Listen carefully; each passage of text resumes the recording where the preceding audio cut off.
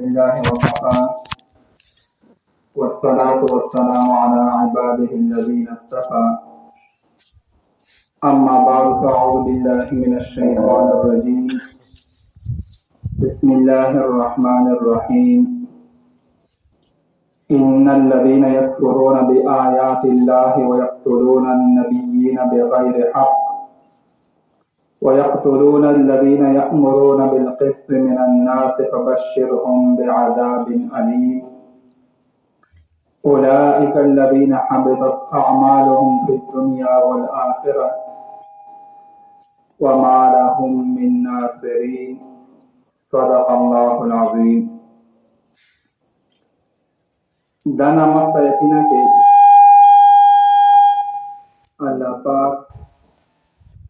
یہود و نصارا دواړه ته خطاب کړی و.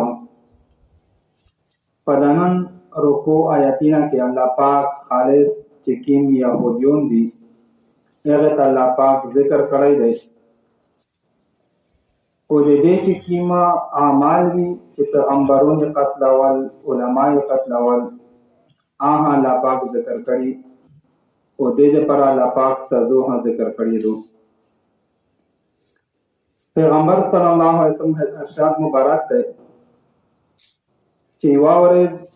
بنی اسرائیل یعنی دغه یهود په یو ساعت کې 43 انبیاء کرام دربونه سلوش پیغمبرون یې قتل کړل او وګاتم کې یو امت چې کوم نیک علماوی مشهوري بزرګونی یغه د تناسیات وکړه امر بالمعروف نهی عن المنکر دا خو غلطه وکړه پیغمبرونه قتل شه خبره تر بلل نو 170 کسون هغه نیک بزرګون علما مشهور هغه هغه په قتل کړل. نو الله پاک په دا آیاتینه کې د یهودي هغه واقعي طرف ته اشاره کړې ده. ان الذين يكفرون بآيات الله بشک هغه خلق یعنی دا یهود چې انکار کو د الله پاک د آیاتینه د حکمنا ويقتلون النبيين بغیر حق او پیغمبرون قتلوي پنا حق ويقتلون الذين يأمرون بالقسط من الناس وحق قتلوي هغه خلق چې دته حکم کو د انصاف په حال کې یعنی هغه علما دیغه امت نیک خلق فبشرهم بعذاب علیم یا پیغمبره دا خالق ته د دردناک عذاب خوشخبری ورکا. دا یهود ته بیا الله پاک یو داسې عذاب ورکوي چې او عام عذاب نه وي او دردناک عذاب وي. یوار و صحابي پیغمبر صلی الله علیه وسلم پښتنه وکړه چې یا رسول الله قیامت پر ورځ په ټول نه سخت عذاب اده کیمه حال کې وي. پیغمبر صلی الله علیه وسلم ته فرمایل چې او هغه حال ته ملويږي چې کیم خلق انبیا قتل پیغمبرون قتل کړي دیغه وارثون علماء قتل کړي هغه حال ته وو د قیامت پر پټول نه سخت سزا ملويږي. دې وجنه الله پاک پر قرآن فرمایي فبشرهم بعذاب علیم چې دا حال ته به تاسو پیغمبره د لوی دردناک عذاب سزا ورکا خوشخبری ورکا انده ته داس عذاب ملويږي چې په عام عذاب نه ډېر سخت وي. اولئک الذین حبطت اعمالهم فی الدنیا والآخرة الله پاک دوی نور سزاګونه بیان کړی دي چې دا حال دي چې د اعمال ضایع شي په دنیا کې ها او په آخرت کې ها. دې اعمال دنیا کې هیڅ فائدہ نه تنور کوي آخرت کې وها هیڅ فائدہ نه وي. وما لهم من ناصرین او د دې هیڅ هم مددگار نه وي د مدد کول ولا څوک نه وي. د قیامت پر ورځ ها د الله د عذاب نه څوک بچت کولای نشي او په دنیا کې ها د الله عذاب چې پروشي دغه نه څوک د بچت کول د دې پر نشته دی. نو دا د يهود باره کې چې د کوم انبیا کرام قتل کړي وي علما کرام قتل کړي وي هغه باره کې الله پاک د وعید فرمایلی دی. الم تر الى الذين اوتوا نصيبا من الكتاب يدعون الى كتاب الله ليحكم بينهم ثم يتولى فريق منهم وهم معرضون. پدا آیات کې الله پاک د یهود یو بل واقعي طرف ته اشاره کړې ده. پیغمبر صلی الله علیه وسلم یو ورځ بیت المدرس دا د یهود مدرسه وا آتا لوړه دیتا دعوت پنیاد بنه ورته یو د یهود دنه پښتنه وکړه چې تو دین کیم دین ده. پیغمبر صلی الله علیه وسلم ته فرمایل چې دا دین ابراهیمی یعنی ابراهیم علیه السلام چې کیم دین و په آ بنیا. نو یهود ورته وویل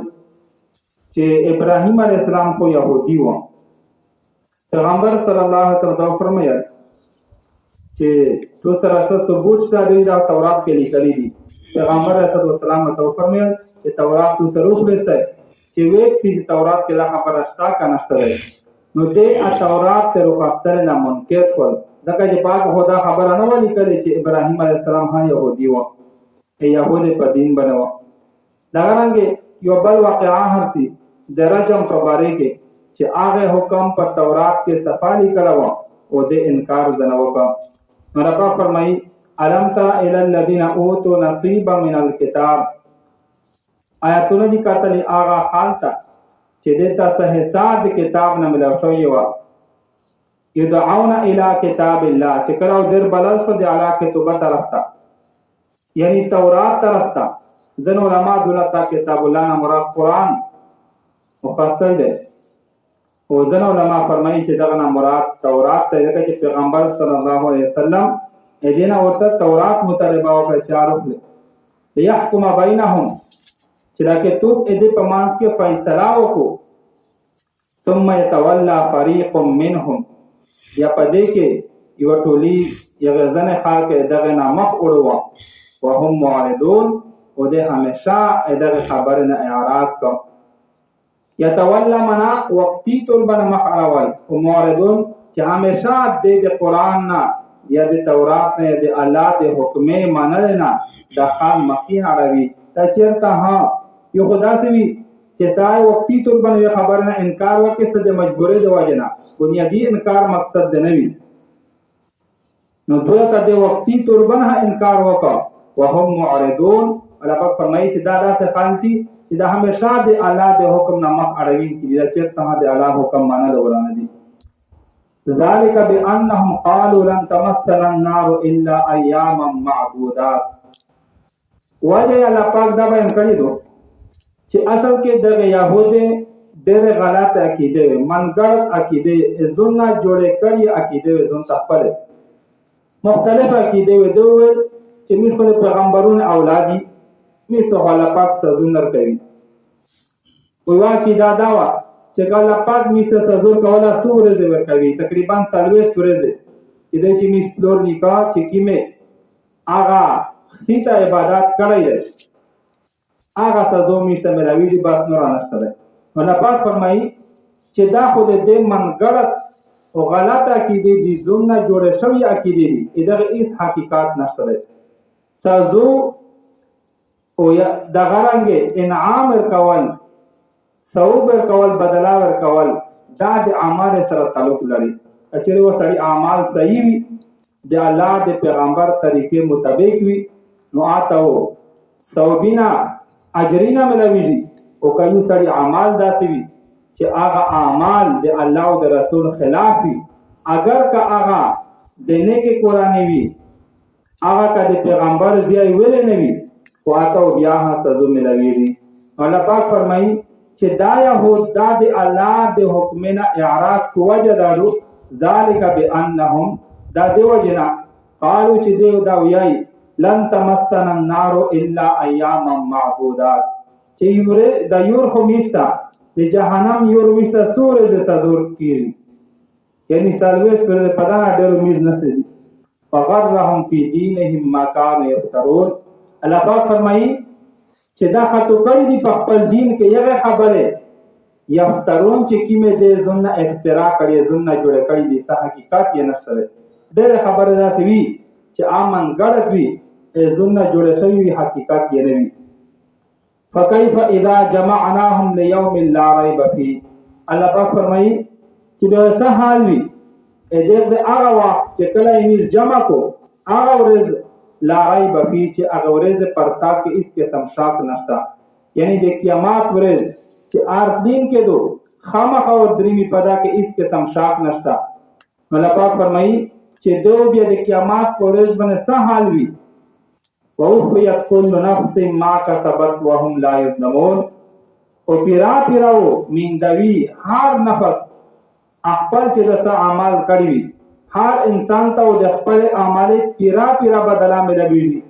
وهم لا یظلمون، او په دې باندې هیڅ قسم ظلم نه نشي زیاتایو نه نشي. دا نه چې عبادت ته ډېر کړی وي ثواب یې کم درته ملاو شي، دا نه شي. دا نه چې ګناه دې کم کړی وي سزا یې ډېر ته ملاو شي، دا نه شي. الله په دربار کې ظلم زیاتای نشته دی. هر سړی ته د خپل اعمال چې سوره د اعمال کړي بما کسبت چې څه ګټه کړی وي څه نقصان کړی د خپل اعمالو پیرا پیرا د بدلا ملوي. الله پاک فرمایي چې دا خلق دا يهود دا عیسایون چې دنیا کې د ځون ته غلط عقیده جوړ کړی دي د قیامت په باره کې، خو چې کله ها دا د قیامت منظر د تمخترو شي ها او ها څه په خپل سترګې وویني او دا یو عقیده ورته چلیږي نه، نو دا خلکو د ورته څه حال وي. قل اللهم مالک الملک تؤتي الملك من تشاء وتنزع الملك ممن تشاء وتعز من تشاء وتذل من تشاء بيدك الخير انك على كل شيء قدير. دا آیات د قرآن په آیاتینه کې د دوا آیاتینه ډېر د فضیلت لري. دا آیات شان نزول دا دی چې کله پیغمبر صلی الله علیه وسلم مدینه ته هجرت وکړ نو څو جنگونه د مشرکین سره وشول، بدر وشو، جنگ احد وشو، مختلف جنگونه وشول. مشرکین د مکه د مسلمان ختمولو لپاره چې د مسلمان ختم شي د مدینه یهود یا د خیبر چې کوم یهود وي مختلف داهو سره ملاو شو، یو غاټ لشکار یې جوړ کړ په مسلمان باندې د حمله کړل لپاره چې د مسلمان بالکل ختم کی. تقریبا مختلف روایتونه کیږي، ځنه روایت کوي چې 10,000 تعداد اولاد درا، ځنه کوي چې 12,000، ځنه کوي چې 12,000 تعداد یې نشور و. پیغمبر صلی الله علیه وسلم د مسلمانانو مشوره وکړه چې موږ بهر وځنګي دي که مدینه کې نه جان. بهر حضرت سلمان فارسی رضی الله تعالی عنہ دا مشوره ورکړه چې یا رسول الله موږ د مدینه ګرد ور یو خدای وکړي خندا کو جوړ کو زوړه خدای پداو د کافر اروستلای نشي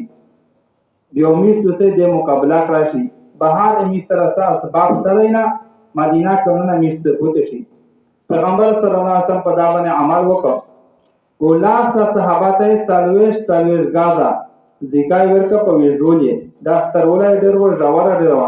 چې دا وڅ سکند دی. صحابه یې کندل کې دمر مشغول شو ځکه چې کافر لشکر راون وو چې بالکل د فاروق شو هیڅ سوچ فکر اې نه و. ځنې صحابه داسې دي چې اپو دایې ډېره تیز وکړه یو ټولای پاک دا و چې آتا د یا خندق د خدای کندل کې یو غاټه تک ورغله چې هغه په ګنټي یا په تشي متدل نه ډېر پرستری شو. حضرت سلمان فارسی رضی الله تعالی عنہ ته وویل یا پیغمبر صلی الله علیه وسلم تاسو کې یا رسول الله پدا کوئی وعده سے تک ورغله چې امو تیجی نه بالکل ډېر سخت و. پیغمبر صلی الله علیه وسلم په خپل ورغه او هغه ګنټي د حضرت سلمان فارسی رضی الله تعالی عنہ له څخه وغوښتنه او یو گزارې وکړه وګنټي او یا تکا چې وروسنی وکړه او داسې روشنی وکړه چې ټوله مدینه داسې رانی کړله بالکل. پیغمبر صلی الله علیه وسلم په اکه د الله اکبر نارا وکړه، صحابه هم سره وکړه. پیغمبر صلی الله علیه وسلم ته فرمایل چې په دارسنی کې متا الله پاک د فارس چې کیم د حرا مهاریه دي هغه الله پاک ارول ده. دوام گزارې بل ور کپا کې د غاټه روشنی څنګه شولا. پیغمبر صلی الله علیه وسلم فرمایل چې په دا کې الله پاک مت د روم مهارین ارول ده. فارس او روم په یو وخت کې دا دوا سپر تکاتینه وی غاړه بچای درم گزارې چې ور کوی ورسنی نه څنګه شولا پیغمبر صلی الله علیه وسلم ته فرمایل چې بدا ک الله پاک متد صنعاء یمن د یمن محلات اروندل او جبرائیل علیه السلام دا وعده مسره زره ورکو چې تو امات داغه ملکینه فتح کوي په دا درې گزاره باندې هغه تک متشولا پیغمبر علیه السلام صحابه ته دا زره ورکو خوشخبری چې د امات د ملکینه خبروي او ته یا دا يهود هم موجود وي دې پر خاندان د يهودانو مسلمان پره چې دې عجیبا پیغمبر دی دې کافر د ډورنا پزون باندې کو دایر بدلوي ځون حفاظت کو فاروق چوک ته پر اچھا نشته وتره ایس اسباب نشته وتره او سوچینا فکرینا خو بینا د روم او د فارس او د یمن وی دامر لره علاقې فتح کول سوچینا کو نو الله پاک د آیتینا پر نازل کړ چې دا ضروری نه دو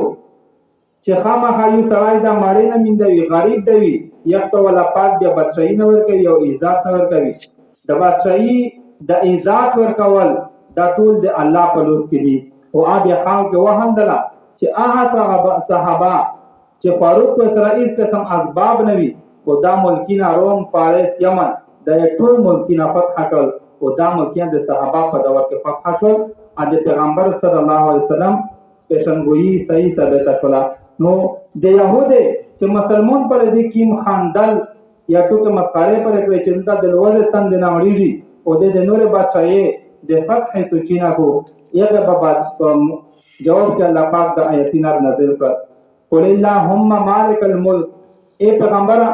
تو تویا د حال ته چې الله دا کې الله پاک یو په د يهودي جواب کړی دی بل مسلمان ته د دعو کړل طریقہ ورشویرو چې تاسو چې کله د الله نه دعا غوړئ بیا دا دعا غوړئ اللهم مالک الملک یا الله چې ته بادشاہ د بادشاہي تو تل ملک من تشاء او ته بادشاہي ورکوي چې چاته د خوښوي وتنزع الملك ممن تشاء او ته بادشاہي وکړه چې چانه د خوښوي دا سړی کله کله الله پاک بادشاہ جوړ کو چې سوچ فکر په خوبي هدا سوچ نه غایزو بادشاہ جوړه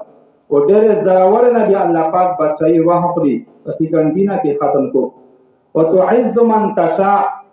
یا لا عزت ور کوي چې چاته د خوښوي او تذل من تشاء او ته ذلت هور کوي ذلیل کوي چې چاته د خوښوي د عزت او ذلت دا د الله په اختیار کې دي بیا د کل خیر یا الله تو په لوس کې تو په اختیار کې ټول خیر ده انک علی کل شیء قدیر بشکته په هر شی باندې قادر یې بادشاہي ورکول او خاصل عزت ورکول او خاصل دا ټول نظام دا د الله په اختیار کې دی دا په خپل مرزي سره په خپل دولت سره په خپل زور سره دا سبحان شي حاصلولای نو الله پاک چې چاته خوښوي بادشاہي ورکو چاته خوښوي کیږي کو چاته خوښوي عزت ورکو چاته چې خوښوي عزت یې ختم کو بشک الله پاک په هر شي باندې قادر دی طول الليل فی النهار یا الله پیدا سے ذات یہ کہ تدخلاوی شپا پورس کے فتولج النهار فی الليل او تدخلاوی ورس پشپا کے کلا کلا د ورځ وخت د شپه ته لور شي شپه وژدا شي او کلا د شپې وخت ورځ ته لور شي ورځ وردا شي دا د ګرمۍ او د سردۍ د شپې او د ورځې چې وژدي کمیږي دا د مسترګې روخاتلې دی باولې سره تعلق لري او دا خالص د الله په امر سره شي وتخرج الحي من الميت او یا الله تا ربو سے زمدار شي د مړینا وتخرج الميت من الحي او تا ربو سے پیدا کوي مر شي د زمدینا مثال یو زمدار شي د مړینا پیدا شي انسان د نطفه نه پیدا شو د غرنګ د یو ینا چې کیم شي نه پیدا کیږي یا د تخم نه دا ونه چې پیدا شي د غرنګ الله پاک مر شي د زمدینا ربو سي د انسان نه نطفه یا د غرنګ د ژوند سوري نه ایویا مختلف مثالونه علما بیان کړی دي او کداغه نه حقیقت کې د ژوندۍ او د عالم او د جاهل د کثړای سوچ وکړو د کافر نه الله پاک مسلمان پیدا کو د مسلمان نه کافر هم پیدا کړي د غرنګ د جاهل نه الله پاک عالم پیدا کو او د عالم نه د جاهل هم پیدا کړي نو چې مختلف مثالونه علما دغه بیان کړی دي وترزق من تشاء بغیر حساب وترزق ورکوي چې چاته د خوښي بشمیره بغیر به حساب کتاب نه دا آیتینا ډېر د فضیلت الایتینا دي او ډېر یو اثار حتی مختلف فضیلت کې کتابینه کې بیان شوی دی. یوه ورځ د جمعې په ورځ باندې پیغمبر صلی الله علیه وسلم حضرت معاذ رضی الله تعالی عنہ نو ولده پښتنه د نوکه چې معاذ ته هم جمعې په ورځ نو ولې چیرې ته د چې رسول الله و يهودي سکرزار باندې زراونه تو سره ملاقات تا خو یا يهودي په یار کې شنه و چې سپره د مو کارزان ویل کړي دا پر دې پرځنه اې دې وجه حضرت ته حاضر نشو. پیغمبر صلی الله علیه وسلم ته فرمایي چې معاذ آیا حضرت ته هغه شای نو شای چې په تو باندې د غره مرا کارځای الله پاک نظام درته برابروي انتظام الله پاک درته کو. بیا پیغمبر صلی الله علیه وسلم دا آیتونه او توکل دا آیتونه دا دوا آیتونه تروا څومره قرضا چې در باندې الله پاک دې تو دا قرضې تنظیم د خپل خزانه نه کو. وزن علماء لیکلي دي چې بهتره دادو چې د هر منځنه باندې سړای او ور دا دوا آیتونه تروي نو د چې څومره حق قرضې وي څومره مشکلات وي هغه خدای پاک حل کوي. وزن علماء لیکلي چې دا دوا آیتونه اسم اعظم کې ها ادري لا يتخذ المؤمنون الكافرين اولياء من دون المؤمنين ومن يفعل ذلك فليس من الله في شيء الا ان تتقوا منهم تقى. دا آیتونه کې الله پاک مسلمان د کافر سره داسې تعلق نه منې کړی دي چې دې زړه تعلق وي سره. ځنې انصار صحابه وي چې د يهودو سره یې ملګرتیا و نو سپیلوړي وي او يهود کوشش دا کوي چې دا انصار صحابه د اسلام نه ملوړوي. ځنه مشهور صحابه ورته وایي چې دغه سموس ویلو ما کېسته دا څه اسلام دین ته نقصان درسوي خدای خبره ونه منله. نو الله پاک دې دا آیاتونه پر نازل کړ چې اے مسلمانې څه دې کافر سره ملګرتیا مانه سسته چې مسلمان پرې دسه او دې کافر سره ملګرتیا ونسته او کیم خان چې بدا چار کو ها د الله پاک اې د سړي سره هیڅ قسم تعلق نشته. الله پاک اې د سړي سره د تعلق ختم دی الا ان تتقوا منهم تقائل بتا پدا سے حالات کی چتوسے سیدنا دنیا بچت کوي. مختلف صورتینا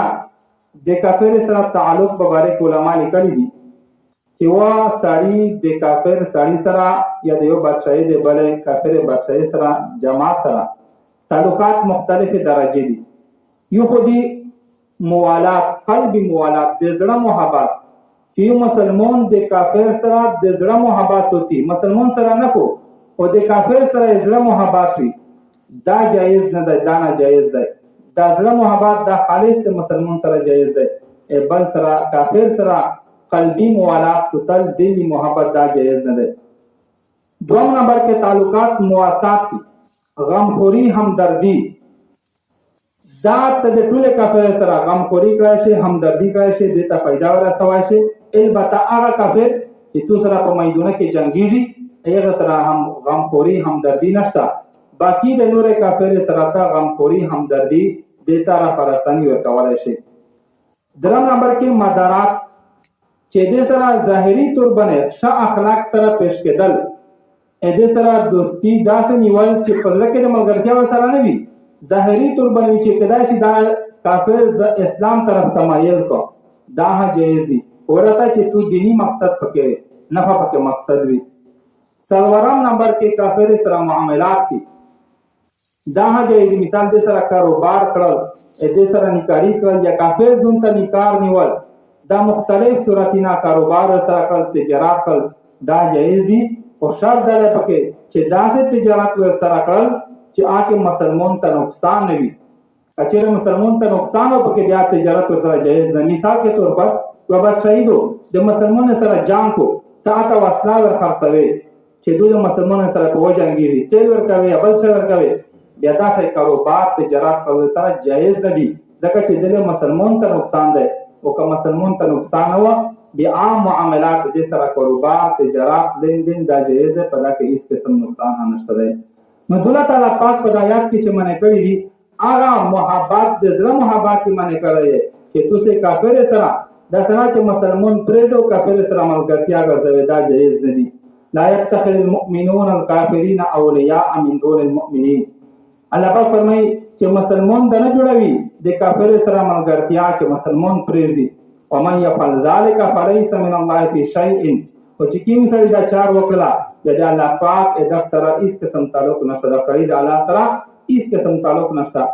الا ان تتقوا منهم تقا، البته چې تاسو د دنیا بچت کوئ سم مصلحت لپاره ازم د فائدې لپاره دا جایز دي. ويحذركم الله نفسه، والله پاک تاسو دروي د خپل ځان، والى الله المصير، او ټول خلق تاسو الله ته ورسېسته هم. قل ان تخفوا ما في صدوركم او تبدوه يعلمه الله.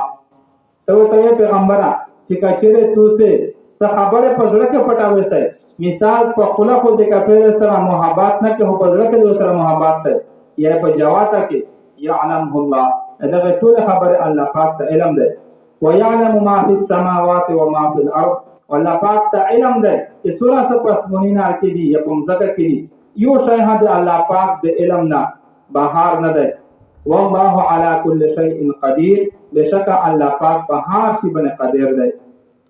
يوم تجد كل نفس ما عملت من خير محضرا وما عملت من سوء.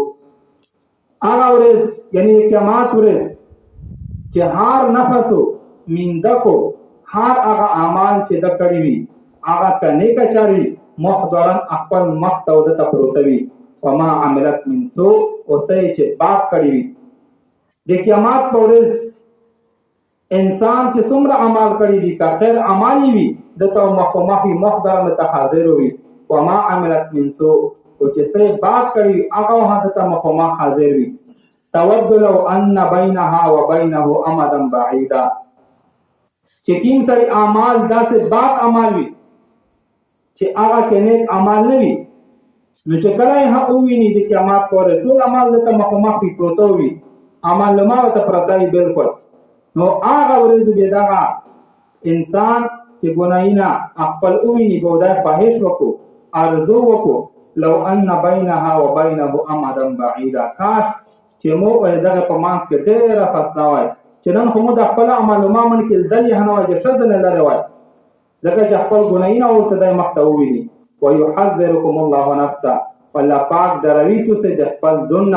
چې تاسو د الله نه وډارل سئ. والله رؤوف بالعباد، الله پاک دروي ځکه ها چې الله مقصد دا دی چې الله پاک په خپل بندګون باندې ډېر مهربان دی، ډېر پزوريږي. په دنیا کې تاسو د الجنه د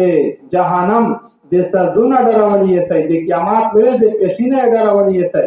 د دې لپاره چې تاسو د ګناهینه ونه کې سئ، د ګناهینه دنیا بچات کې سئ، دا نه چې په اورز باندې تاسو افسوس کې سئ چې کاش مو د خپل عمل ما من کې دلې نه وای. وجدادو والله رؤوف بالعباد، چې بشک الله پاک